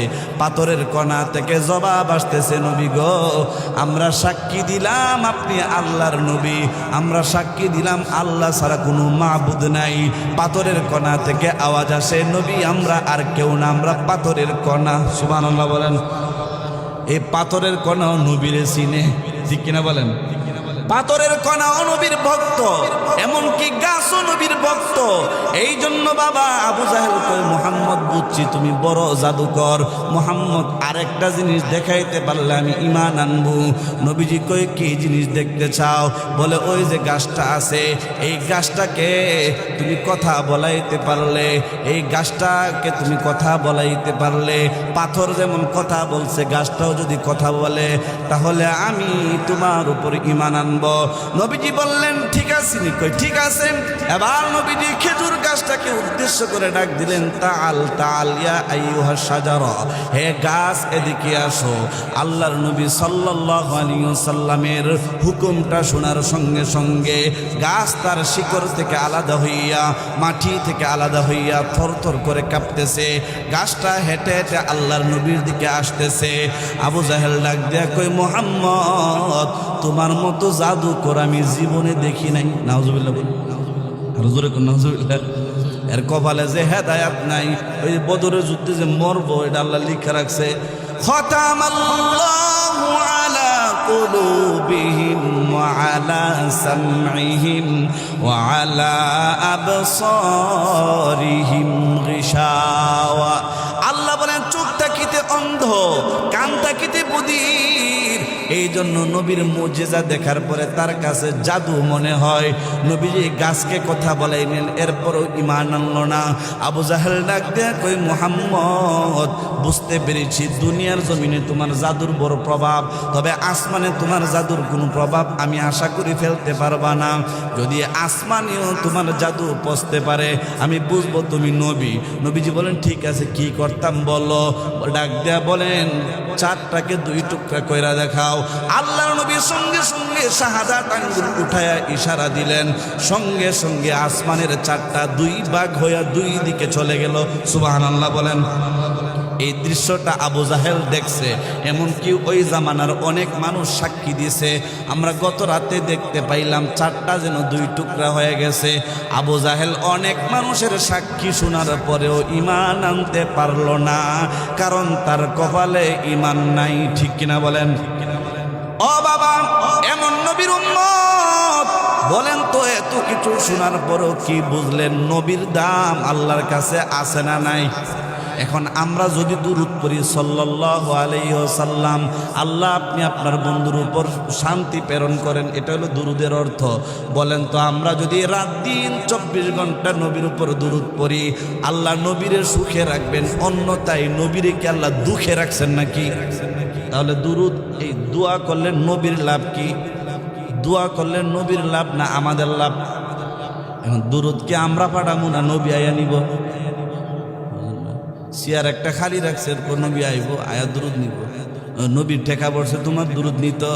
বলেন লাভ যদি আমার হয় দুরূদ কি নবী নিব না আমি পাঠামু? আল্লাহ নবী বলেন সাহাবী শুনো, তোমরা যখন দুরূদ পড়বা, ও সাহাবীরা, আমি যখন দুনিয়াতে থাকবো না, তোমরা আমার উপর দুরূদ পড়ো। দুরূদ পড়লে অনেক ফায়দা আছে। যদি তোমরা আমার রওজার পাশে এসে সালাম দাও, আমি নবী ইন্নী সামি'তু বিউযুনাইয়া, আমি নবী নিজে আমার দুই কান দিয়া শুনবো। সুবহানাল্লাহ বলেন। নবীর রওজার পাশে সালাম দিলে সরাসরি নবী শুনেন। সুবহানাল্লাহ কোন। এই জন্য নবীর রওজায় হজ করতে, উমরা করতে যাইতে রাজি আছেন তো? সবাই নিয়ত করেন ইনশাল্লাহ যাবেন তো ইনশাল্লাহ। নবী আমার ধ্বনিটা নিজের কানে শুনবেন। নবীজি বলছেন ইন্নী সামি'তু বিউযুনাইয়া, আমি আমার দুই কান দিয়া শুনবো আর তোমাদেরকে সালামের জবাব দিব। আর নবীর সাহাবীরা বলেন ইয়া রাসূলুল্লাহ, আপনার যে উম্মত বাংলাদেশে থাকবে, কুমিল্লা থাকবে, তাদের কি উপায় হবে? যারা গরিব, জীবনে কোনোদিন হজ করতে পারবে না, উমরা করতে পারবে না, তাদের কি অবস্থা হবে? আল্লাহর নবী বলেন সাহাবী শুনো, আল্লাহ তাআলা একজন ফেরেশতা নিযুক্ত করে রাখছেন, যেই ফেরেশতার মাথা আসমান পর্যন্ত, যেই ফেরেশতার পরিধি সারা দুনিয়া বিশাল। ওই ফেরেশতা প্রত্যেক এলাকার কোন উম্মত দুরূদ পড়ে, ওই উম্মতের নাম এবং উম্মতের বাবার নাম সহ, গ্রামের নাম সহ, পুরা ঠিকানা দুরূদ সহ নবীজির রওজায় পৌঁছায় দেয়। সুবহানাল্লাহ বলেন। তাহলে নবী আশা লাগে না, আল্লাহ ব্যবস্থা করে রাখছে। নবী আসার দরকার আছে নাকি? নবী হাজির নাজির হওয়ার দরকার আছে নাকি? ও বাবা, আল্লাহর নবী বলেন কেউ যদি আমার উপর দুরূদ পড়ে, লাভ কিন্তু আমার না, লাভ আমার উম্মতের। ঠিক কিনা? এটা বুঝবেন একটা উদাহরণ দিলে। ও বাবা, 5 ওয়াক্ত নামাজের পরে আপনারা 3টা তাসবিহ পড়েন, যেই 3 তাসবিহকে একসাথে বলা হয় তাসবিহে ফাতিমি। কি বলা হয়? তাসবিহে ফাতিমি। সুবহানাল্লাহ, আলহামদুলিল্লাহ, আল্লাহু আকবার। এই 3টা তাসবিহ 5 ওয়াক্ত নামাজের পরে কয়বার করে পড়েন? সুবহানাল্লাহ কয়বার পড়েন? 33 বার। আলহামদুলিল্লাহ 33 বার। আল্লাহু আকবার 33 বার। আল্লাহ বলেন বান্দা, সারা জনম তো তাসবিহ পড়লা, তবে তাসবির অর্থ কি খেয়াল করলানি? সুবহানাল্লাহ মানে হইল আল্লাহ পবিত্র। বলেন সুবহানাল্লাহ মানে কি? সুবাহান মানে পবিত্র, আল্লাহ মানে আল্লাহ। তো সুবহানাল্লাহ মানে আল্লাহ পবিত্র। বলেন তো আমরা যদি সারা জনম আল্লাহ পবিত্র আল্লাহ পবিত্র বলি, আল্লাহ পবিত্র হয়ে যাবেন, অন্যথায় আল্লাহ কি অপবিত্র নাকি? আল্লাহ তো সবসময় পবিত্র। তাহলে আল্লাহরে জিগাইলাম। মুফতি মুশতাকুন নবী কাসিমি আমার শায়েখ বলেন শুনুন, আমরা যখন সুবহানাল্লাহ পড়ি, আল্লাহ পবিত্র হয়ে যান বা আল্লাহর কোনো লাভ হয়ে যায়, বিষয়টা এরকম না। বরং এই তাসবিহের সাথে মিল রাখিয়া যেই বান্দা বান্দি বেশি বেশি সুবহানাল্লাহ পড়বে, আমার আল্লাহ ওই বান্দা বান্দিকে গুনাহ থেকে পবিত্র বানায় দেন। আলহামদুলিল্লাহ এখানেও শব্দ আছে 2টা। আলহামদু মানে সমস্ত প্রশংসা, লিল্লাহ মানে আল্লাহর জন্য। আলহামদুলিল্লাহ মানে সমস্ত প্রশংসা আল্লাহর জন্য। এই কুমিল্লা পরিসংঘের সব মুসলমান যদি 24 ঘন্টা আলহামদুলিল্লাহ আলহামদুলিল্লাহ পরে, আল্লাহ প্রশংসিত হয়ে যাবেন। অন্যথায় আল্লাহ কি অপ্রশংসিত নাকি? তাহলে আল্লাহর জিগাই, আল্লাহ যেই তাসবিহ পড়লে আপনার কোনো লাভ নাই, এই তাসবিহ কেন শিখাইলেন? আল্লাহ কই বান্দা শুন, তুই যদি বেশি বেশি আলহামদুলিল্লাহ পড়ো, আমি আল্লাহ দুনিয়া এবং আখিরাতে তোমাকে এই তাসবিহের সাথে মিল রাখিয়া তোমাকে আমি আল্লাহ প্রশংসিত বানায় দিব। 3 নম্বর আল্লাহু আকবার। আল্লাহু মানে আল্লাহু, আকবার মানে বড়, আল্লাহ বড়। ও বাবা, আমরা সবাই মিলে যদি আল্লাহু আকবার বলি, আল্লাহ বড় হয়ে যাবেন। এখন কি আল্লাহ ছোট আছেন নাকি? তাহলে আল্লাহু আকবার করলে লাভটা কি? আল্লাহরে জিগায় আসুন, আল্লাহ কেন শিখাইলেন এমন তাসবিহ, যেই তাসবিহ পড়লে আপনি বড় হন না, ছোট হন না, আপনি সবসময় সমান। আল্লাহ কেন তাহলে শিখাইলেন? আল্লাহ কয় আমার বুড়ি সঙ্গের যেই মুসলমান বেশি বেশি আল্লাহু আকবার পড়বে, এই তাসবিহর অর্থের সাথে মিল রাখিয়া আমি আল্লাহ আমার ওই বান্দা বান্দিকে দুনিয়া এবং আখিরাতে বড় বানায় দিব। সুবহানাল্লাহ। ইসলামে কোনো জিনিসে অযথাই নাই। আল্লাহ যে সুবহানাল্লাহ আলহামদুলিল্লাহ আল্লাহু আকবার দিল, এগুলো বললে আল্লাহর লাভ না আমরার লাভ। ঠিক তেমনি ভাবে সাল্লাল্লাহু আলাইহি ওয়াসাল্লাম নবীর উপর দুরূদ, এই দুরূদ যে পড়বে লাভ নবীর হবে না, বরং দোয়া করলাম নবীর জন্য, প্রশংসা করলাম নবীর। নবী বড় হবে না, বরং আল্লাহ বড় বানায় দিবেন এই উম্মতকে। নবীর জন্য দোয়া করলে আল্লাহ নবীকে আপনি শান্তিতে রাখেন। আল্লাহ কই তোর দোয়ার কারণে আমার বন্ধুকে শান্তিতে রাখুন। বিষয় এমন না, বরং আমার যে বান্দা বান্দি পৃথিবীর যে কোণা থেকে নবীর উপর দুরূদ পড়বে, এই দুরূদের অর্থের সাথে মিল রাখিয়া আমি আল্লাহ ওই বান্দা বান্দিকে সুখ আর শান্তি দিয়া পরিপূর্ণ করে দেয়। এই জন্য মুফতি মুশতাকুর নবী কাসিমি হুজুরের একটা বই আছে দুরূদের ফজিলত। এই বই থেকে আমি আপনাদের জন্য 6টা ফজিলত শোনাই। 1 নম্বর ফজিলত, কেউ যদি নবীর উপর দুরূদ পড়ে, আসসালাতু আলান নবী আন্নাহা সাবাবুন লিকাদাইল হাওয়াইজি। 1 নম্বর, কেউ যদি নবীর উপর দুরূদ পড়ে আল্লাহ তার জীবনের সব ধরনের হাজত পুরা করে দেন। কি পুরা করে দেন? হাজত পুরা করে দেন। হুজুর আমার ঘরের ভিতরে চাল নাই, ডাল নাই, তেল নাই, বাজারের অভাব। হুজুর আমার ঘরের ভিতরে সুখ শান্তির অভাব। আমার আল্লাহ ডাক দিয়া কয়, ও বরিচঙ্গের মুসলমান, বালিখারার মুসলমান, বেশি বেশি আমার বন্ধুর উপর দুরূদ পড়। দুরূদের বিনিময়ে আমি আল্লাহ তোমার ঘরের ভিতরে রিজিকের ব্যবস্থা করে দিমু। হুজুর আমার আম্মা অনেক দিন যাবত অসুস্থ। আল্লাহ কই তোর আম্মার সুস্থতার দরকার, আমার বন্ধুর উপর দুরূদ পড়। সঠিক প্রমাণ, আমি মিথ্যা কথা বললে আমার সাথে 4 জন লোক মুসাফির আমার সাথে সফর করছে। ব্রাহ্মণবাড়িয়া থেকে আসছি। আমি মনে করছিলাম 10টার আগে মাহফিলে আসা সম্ভব না। ড্রাইভারকেও বলছি এবং আমার সফর সঙ্গী তারা, এদেরকেও বলছি দুরূদ পড়ো। আলহামদুলিল্লাহ আমিও দুরূদ পড়ছি, এদেরকেও দুরূদ পড়ার কথা বলছি। আমি 9টার 15 মিনিট আগে এখানে উপস্থিত হয়ে গেছি। আমি অনেক জায়গায় পরীক্ষা করে দেখছি নবীর উপর দুরূদ পড়লে আল্লাহ তাআলা সব ধরনের বিপদ দূর করে দেন। আমার পরীক্ষিত আমল আপনারাও পড়বেন, ইনশাআল্লাহ ফল পাইবেন। যে কোনো বিপদে পড়বেন, আপনি দুরূদ পড়বেন। আমার আল্লাহ কয়, আসসালাতু আলান নবী আন্নাহা সাবাবুন লিকাদাইল হাওয়াইজি। দুরূদ পড়লে 1 নম্বর ফজিলত, তোমার হাজত আমি আল্লাহ দূর করে দেই, প্রয়োজন আমি আল্লাহ মিটায় দেই। 2 নম্বর, আসসালাতু আলান নবী আন্নাহা সাবাবুন লিনাফইল বালাই। দুরূদ পড়লে আল্লাহ বালা মুসিবত থেকে ফিরায় রাখেন। গাড়ি দিয়া যাইতেছেন, অ্যাক্সিডেন্ট হওয়ার সম্ভাবনা আছে না নাই? কত মানুষ অ্যাক্সিডেন্ট করে মারা যায়। তবে আমি পরীক্ষিত আমল আপনাদেরকে বলি, কোনো ব্যক্তি যদি গাড়িতে ওঠার পর অথবা গাড়িতে ওঠার সময় নবীর উপর দুরূদ পড়ে নেই, ইনশাআল্লাহ ওই ব্যক্তি গাড়ি থেকে নামার আগ পর্যন্ত তার উপরে কোনো রকম মুসিবত বিপদ আসবে না। আল্লাহ তাকে বিপদ আপদ থেকে বাঁচায় রাখবেন। 3 নম্বর, আসসালাতু আলান নবী আন্নাহা সাবাবুন লিতাযাক্কুরিল আবদি মা নাসিয়াহু। ও বান্দা শুনো, আল্লাহর কোন বান্দা যদি নবীর উপর দুরূদ পড়ে 3 নম্বরের ফায়দা কি হয় শুনেন। আল্লাহ তাআলা ডাক দিয়া কয়, আমার বন্ধুর উপর দুরূদ পড়বা, আমি আল্লাহ 3 নম্বরে তোমাকে ফায়দা দিব। 3 নম্বর ফজিলত হবে তোমার ভুলে যাওয়া জিনিস স্মরণ হয়ে যাবে।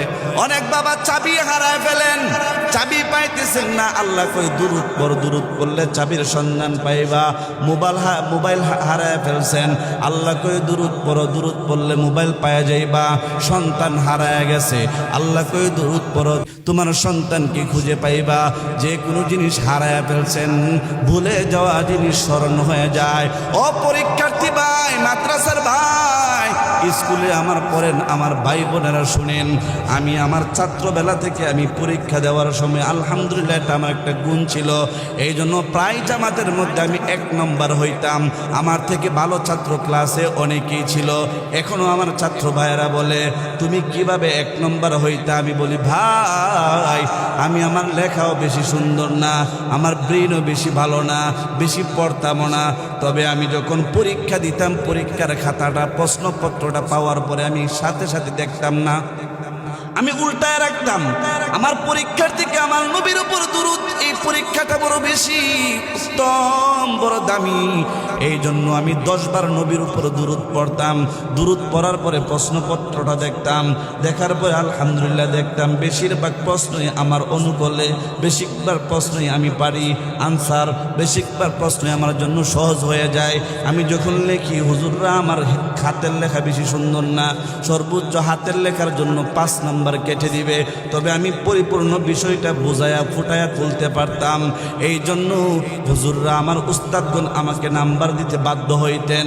এক পরীক্ষার মধ্যে আমার এক ছাত্র ভাই অনেক ব্রেন ভালো, এই জন্য উনি হুজুরের কাছে ডিক্লার দিছে যে এই পরীক্ষায় আমি 1 নম্বর হয়েছি। হুজুর দুর্নীতি করেন আমাকে, আমার কথা বলতেছে, তারা 1 নম্বর বানায় দিছে।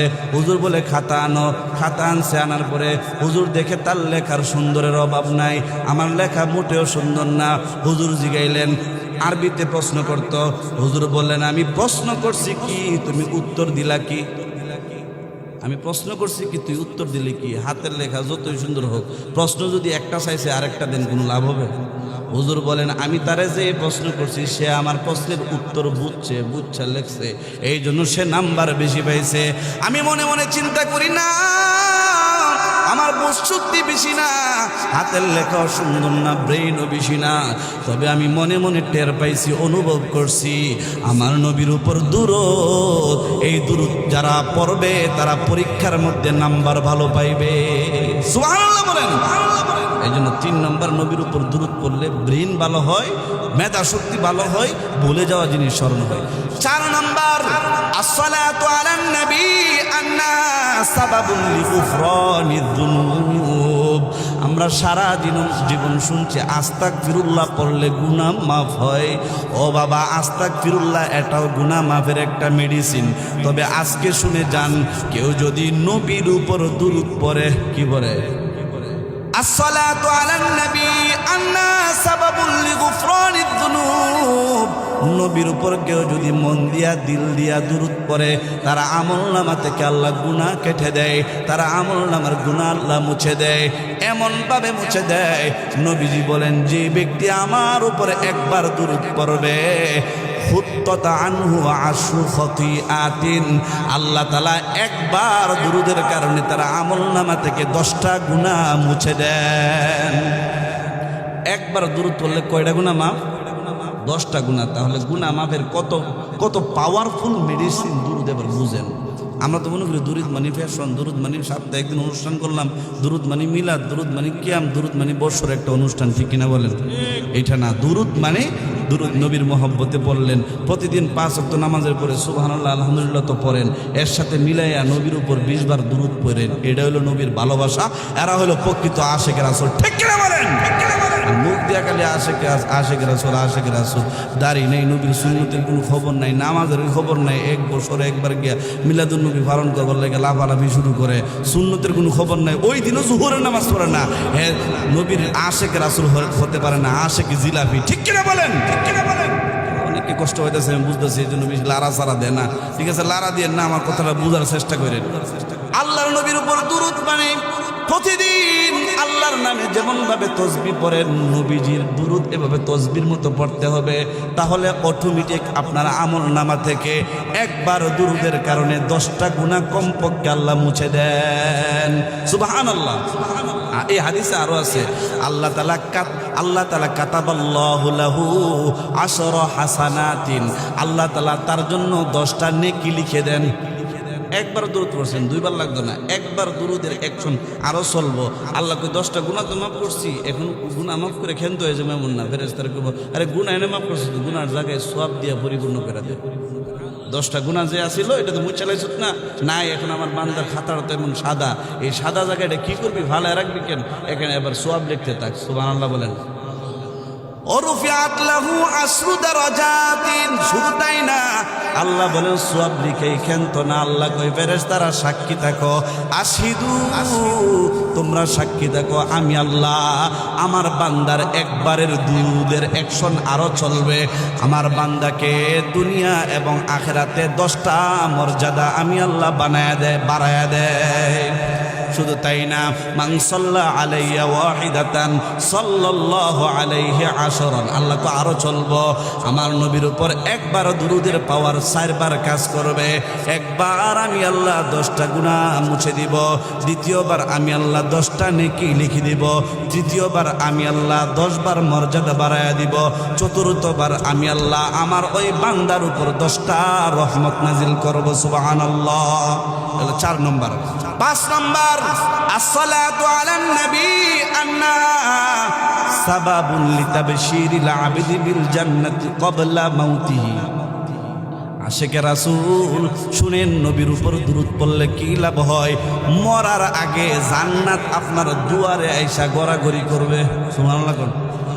জান্নাত আপনার দুয়ারে নিয়ে আসবে ফেরেশতারা, এসে বলবে আশিকে রাসূল লা তাহজান ওয়ালা তাখাফ, চিন্তা করবি না, ইয়া আইয়াতুন নাফসুল মুতমাইন্না, ও প্রশান্ত আত্মা, চিন্তা করবি না, ইরজিই ইলা রাব্বিকি রাদিয়াতাম মারদিয়া, আল্লাহর দিকে ফিরে আই, ইরজিই ফিরে আই, ফিরে আই, ইলা রাব্বিকি তোমার রবের দিকে, রাদিয়াতাম মারদিয়া, তুমিও খুশি, তোমার রব তোমার প্রতি খুশি। সুবহানাল্লাহ।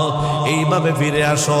আল্লাহ মুমিন বান্দার সামনে জান্নাতটাকে হেলাইতে বলবেন, দুলাইতে বলবেন, জান্নাতের দিকে তাকাইয়া নবীর আশিক, যার ভিতরে নবীর ভালোবাসা আছে, ভালোবাসা নিয়ে যে ব্যক্তি দুরূদ পড়ছে, জিলাপির লুবে না, বিরিয়ানির লুবে না, সিন্নির লুবে না, বরং নবীর ভালোবাসায় যারা দুরূদ পড়বে, আমার আল্লাহ কয় তার সামনে জান্নাতটা আমার ফেরেশতারা হেলাইতে থাকবে, দুলাইতে থাকবে। জান্নাতের দিকে তাকাইয়া মুমিন ব্যক্তি এমন ভাবে বাবা তাকায় থাকবে। আমরা ছোট্টবেলায় যখন আমাদেরকে মুসলমানি করাতে হতো, খতনা করাইবার সময় এই যে আজাম যে বেড়া কাটে, ওই বেড়া আমার গাটটা এভাবে ফিরায় ধরছে, ধরার পরে দাদা ভাই এভাবে আমার মুখের ভিতরে একটা মিষ্টি দিয়েছে, কিচ্ছু না খাও, মিষ্টিটা খাও। এই যে মিষ্টিটা মুখের ভিতরে দিলাম, আর ওই ব্যক্তি যে আমার কাটতেছে আগাটা, উনি ডাক দেয়া কয়ে তোর নানার বাড়ি কয়ে, কমু জায়গা, তোর নানার নাম কি? শেষ। ঠিক কিনা বলেন? এই যে মিষ্টি খাইলাম, দাদার দিকে তাকায় থাকলাম, একটু কথা বললাম, একটা পিঁপড়া কামড় দিলে যেমন এমন ব্যথা পাইছি, এর ভিতরে কাম শেষ। ঠিক না কোন? কিন্তু যে একটা বই পাইছিলাম, বাবারে বাবা, গাছের আগায় বিভিন্ন গ্রামে গিয়ে ঘুরছি, সর্বনাশ, আজামের কাছে যাওয়া যেত না, কিন্তু কি সহজ হয়ে গেছে। আল্লাহ বলেন এইভাবে জান্নাতের দিকে তাকায় থাকবি, ও বান্দা জান্নাতের দিকে তাকাইয়া মুচকি মুচকি হাসবি। এই মুহূর্তে ফেরেশতারা তোমার জানটা কবজা করে নিয়ে যাবে, বান্দা একটু টের পাইবা না, একেবারে সোজা জান্নাতি কবরে শোয়াইতে দেরি, তোমার কবরে নবীর ভালোবাসার জান্নাতের কাপড় পরাইতে দেরি হবে না। সুবহানাল্লাহ। 6 নম্বর, আসসালাতু আলান নবী আন্না সাবাবুল লিশাফাআতিল মুস্তাফা। মুশতাকুন নবী কাসেমি হুজুরের বই থেকে বলতেছি। 6 নম্বর ফায়দা, কেউ যদি নবীর উপর দুরূদ পড়ে, 6 নম্বর ফায়দা হবে ওই ব্যক্তি মুহাম্মদ সাল্লাল্লাহু আলাইহি ওয়াসাল্লামের শাফাআত পাবে, নবীর শাফাআত পাবে। যখন সব উম্মত নাফসি নাফসি বলে কাঁদবে, আদম নবীও নাফসি নাফসি বলে কাঁদবে, আদম নবীর কাছে মানুষেরা দৌড়ে যাবে, আদম নবী গো আংতা আবুল বাশার, আপনি দুনিয়ার সব মানুষের বাবা, ও গো আদম নবী একটু সুপারিশ করেন না, আমাদেরকে একটু সুপারিশ করেন না গো আদম নবী, আমরা আর সইতে পারতেছি না এই হাসরের মাঠের আযাব, আমরা আর দাঁড়ায় থাকতে পারতেছি না, একটু আমাদেরকে সুপারিশ করেন। আদম নবী তখন বলবে নাফসি নাফসি, আল্লাহ তুমি আমাকে বাঁচাও, আল্লাহ তুমি আমারে বাঁচাও। ও বাবা, হাসরবাসী যখন আদম নবীকে নাফসি নাফসি করতে শুনবে, তখন হাসরবাসীর মধ্যে একটা কম্পন তৈরি হয়ে যাবে। আহারে, আদম নবী আল্লাহ তাআলার প্রথম বানানো, আল্লাহর নিজের হাতে যতন করে বানানো, আল্লাহর সাথে জান্নাতে কথা বলতেন। আদম নবী আমাদের বাবা, আদম নবী যদি এমন ভয় পেয়ে যায়, না জানি হাসরের মাঠে কি উপায় কি উপায়, মানুষগুলো দৌড়ায় যাবে আদম নবীর পরে একজন দামি নবী, ওই নবীর নাম নূহ আলাইহিস সালাম। মানুষ গিয়া বলবে, নূহ নবী আনতা সানি আবুল বাশার, আপনি তো হইলেন দ্বিতীয় আদম। আপনার সময় আল্লাহ তাআলা সারা পৃথিবী বন্যা দিয়া 150 দিন পর্যন্ত 150 দিন পর্যন্ত বন্যা রাখছিল। আল্লাহ পুরা পৃথিবী পানি দিয়া ঢাইকা দিছিল, সারা পৃথিবীর সব মানুষ মারা গিয়েছিল। আল্লাহ তাআলা নূহ নবীর সময় আবার নতুন করে দুনিয়া বানাইছেন। এমনকি নূহ নবী হইল দুনিয়ার সর্বপ্রথম রসুল। আদম নবী ছিলেন পৃথিবীর সর্বপ্রথম নবী এবং মানুষ, আর নূহ নবী ছিলেন আল্লাহর মনোনীত পৃথিবীর সর্বপ্রথম রসুল। এই জন্য মানুষ গিয়া বলবে, ওগো নূহ নবী, আপনি তো আল্লাহর সাথে বড় সম্পর্ক, আল্লাহ আপনাকে ভীষণ ভালোবাসে। নূহ নবী গো, আপনি আমাদেরকে একটু সুপারিশ করেন না। নূহ নবীও তখন নাফসি নাফসি বলে কাঁদবে, মানুষেরা তখন আরো ভয় পেয়ে যাবে। আহারে, কি করা যায়? মানুষ দৌড়ে যাবে আমাদের বাবা ইব্রাহিম নবীর কাছে, যার লকব হইল আবুল আম্বিয়া, সব নবীদের বাবা, প্রায় সব নবীরাই ছিল উনার সন্তান। এই জন্য মানুষ গিয়া বলবে, ইব্রাহিম নবী, আল্লাহ তাআলা কোরআনে কারীমে আপনার ব্যাপারে বলেছেন, ওয়াত্তাখাযাল্লাহু ইব্রাহিম খলিলা। ও ইব্রাহিম নবী, আপনি ছিলেন আল্লাহর বন্ধু, আল্লাহর জন্য আপনি জীবনে অনেক পরীক্ষা দিয়েছেন। ইব্রাহিম নবী, দুনিয়াতে মানুষ যখন বিপদে পড়ে, অনেক সময় মা বাবার কাছেও খুলে কিছু কিছু বলতে পারে না, তবে বন্ধুর কাছে অনেক কিছু বলা যায়। ইব্রাহিম নবী, আমরা কোরআনে শুনেছি আপনি আল্লাহর খলিল, আপনি আল্লাহর বন্ধু। ইব্রাহিম নবী গো, আজকে আপনি ছাড়া আমাদের কোনো উপায় নাই, আপনি আমাদেরকে একটু সুপারিশ করুন না। ইব্রাহিম নবী হাসরবাসীর এই কথাটা শোনার পরে বলবে, নাফসি নাফসি বানায় বলতেছি না, বুখারী শরীফের মধ্যে আছে। ইব্রাহিম নবীও নাফসি নাফসি বলে কাঁদবে। এবার মানুষেরা দৌড়ায় যাবে হযরত মূসা নবীর কাছে। ওগো মূসা নবী, দুনিয়াতে আপনি আল্লাহর সাথে কথা বলতেন তুর পাহাড়ে গিয়া। আল্লাহ কোরআনে কারীমের মধ্যে ঘোষণা দিয়েছেন, ওয়াকাল্লামাল্লাহু মূসা তাকলিমা। আল্লাহ মূসা নবীর সাথে সরাসরি তুর পাহাড়ে কথা বলতেন। একটা গাছের সামনে দাঁড়াইতেন, গাছের ভিতর থেকে আল্লাহর ধ্বনি উচ্চারিত হইত, মূসা নবী সরাসরি আল্লাহর কণ্ঠ শুনতেন। এমন প্যারা নবী, এমন দামি নবী। মূসা নবীর কাছে মানুষ যাওয়ার পরে মূসা নবীও বলবে, নাফসি নাফসি, আল্লাহ আমাকে বাঁচাও। এবার মানুষ দৌড়ায় ঈসা নবীর দরবারে যায়। ঈসা নবী বলবে, এতক্ষণে ঠিক জায়গায় আসছো। ওরে হাসরবাসী, আমি ছাড়া তোমাদেরকে সঠিক জায়গায় কেউ নিতে পারবে না, কারণ আমি হযরত মুহাম্মদুর রাসূলুল্লাহর উম্মত হইয়া দুনিয়াতে আগমন করেছিলাম, অথবা ওই নবীর জমানায় আমি এসেছিলাম। ও দুনিয়া, ও হাসরবাসী, চলো আমার সাথে চলো। আমার ব্যাপারে আল্লাহ কোরআনে বলেছেন, মুবাশশিরাম বিরাসূলি ইয়াতি মিন বা'দি ইসমুহু আহমদ। দুনিয়াতে তোমাদেরকে মুহাম্মদ নবীর, আহমদ নবীর সংবাদ দিয়েছিলাম, আজকেও তোমাদেরকে আহমদ নবী, মুহাম্মদ নবীর কাছে নিয়ে যাব। সবাইকে নিয়ে ঈসা নবী রওনা হয়। আল্লাহ তাআলার ঠিক বরাবর আরশে আজিমের নিচে আল্লাহ একটা জায়গা বানাবেন। ওই জায়গাটার কথা আল্লাহ কোরআনে কারীমে 15 নম্বর পারা 8 নম্বর পৃষ্ঠা আল্লাহ বলেছেন, আসা আইয়াবা'আসাকা রাব্বুকা মাকামান মাহমুদা। মাকামে মাহমুদের মধ্যে নবী উম্মতের জন্য কাঁদবে, উম্মতি উম্মতি। কোনো নবী উম্মতি বলে কাদার কোনো সাহস নাই, বাবার জন্য কাদার কোনো সাহস নাই, বিবির জন্য কাদার কোনো সাহস নাই। শুধু আমার আপনার নবী সাইয়্যিদুল আম্বিয়া রাহমাতুল লিল আলামিন আল্লাহর কাছে কাঁদবে, আল্লাহ গো আমার উম্মতকে আপনি দান করেন, আমার উম্মতকে আপনি মাফ করেন। ও বাবা, আল্লাহর নবীর এই কান্নার কারণে আল্লাহ তাআলা ঘোষণা দিবেন, ইয়া মুহাম্মদ ইসফা তুসাফা, আপনি সুপারিশ করেন। এই মুহূর্তে আপনি যেই কথাটাই বলবেন, যেই আবদারটাই করবেন, আপনার আবদার পুরা করা হবে। আল্লাহর নবী উম্মতের জন্য দোয়া করবেন, এই দোয়ার কারণে আল্লাহ উম্মতকে মাফ করে দিবেন।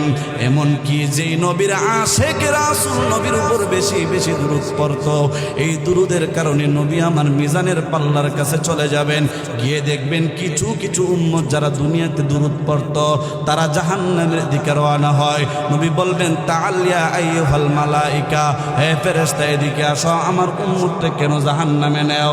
তো আপনার উম্মত বিভিন্ন গুনাহে লিপ্ত ছিল। নবী বলবেন, আবার তার আমলনামাটা মিজানের পাল্লার মধ্যে ওজন দেও, আবার ওজন দেওয়া হবে। আশিক রাসূল নবীর উপর যারা বেশি বেশি দুরূদ পড়তো, ওই উম্মতের নেকির পাল্লাটা যখন পাতলা হয়ে যাবে, নবীজি ওই পাল্লার মধ্যে একটা কাগজের মধ্যে লেখা থাকবে দুরূদ শরীফ সাল্লাল্লাহু আলাইহি ওয়াসাল্লাম। এই দুরূদটা নবীজি যখন রাখবেন, সঙ্গে সঙ্গে গুনাহগার উম্মত আশিক রাসূলের মিজানের পাল্লাটা ভারী হয়ে যাবে। সুবহানাল্লাহ। তাহলে দুরূদ পড়লে লাভ আছে না নাই? লাভ না ক্ষতি? পড়বে তো ইনশাল্লাহ প্রতিদিন কমপক্ষে 100 বার। কতবার? ফজরের নামাজের পরে 20 বার। যারা নামাজ পড়েন, আর যারা নামাজ পড়েন না দুরূদ পড়ে কি করবেন? নামাজ তো করেন না, আসল জিনিসই নেই, নফল জিনিস নিয়ে কি করবেন? এই জন্য নামাজের পরে কমপক্ষে মা বোনেরাও শুনবেন সুবহানাল্লাহ, আলহামদুলিল্লাহ, আল্লাহু আকবার তাসবিহর সাথে। আজকে থেকে এই বয়ান শোনার পরে আমরা নবীর বাৎসরিক কোনো আশিক রাসূল না, সাপ্তাহিক না, দৈনিক আশিক রাসূল, ঠিক কিনা বলেন? দৈনিক আশিক রাসূল প্রত্যেকটা কাজে, প্রত্যেকটা মুহূর্তে আমরা নবীকে স্মরণ করব দুরূদের মাধ্যমে, নবীর ইত্তেবার মাধ্যমে, ঠিক কিনা বলেন? আল্লাহ তাআলা আমাদের সবাইকে নবীর প্রকৃত খাঁটি খালেস আশিক রাসূল হইয়া আমরা যেন কবরে যাইতে পারি, আল্লাহ তৌফিক দান করুন। সবাই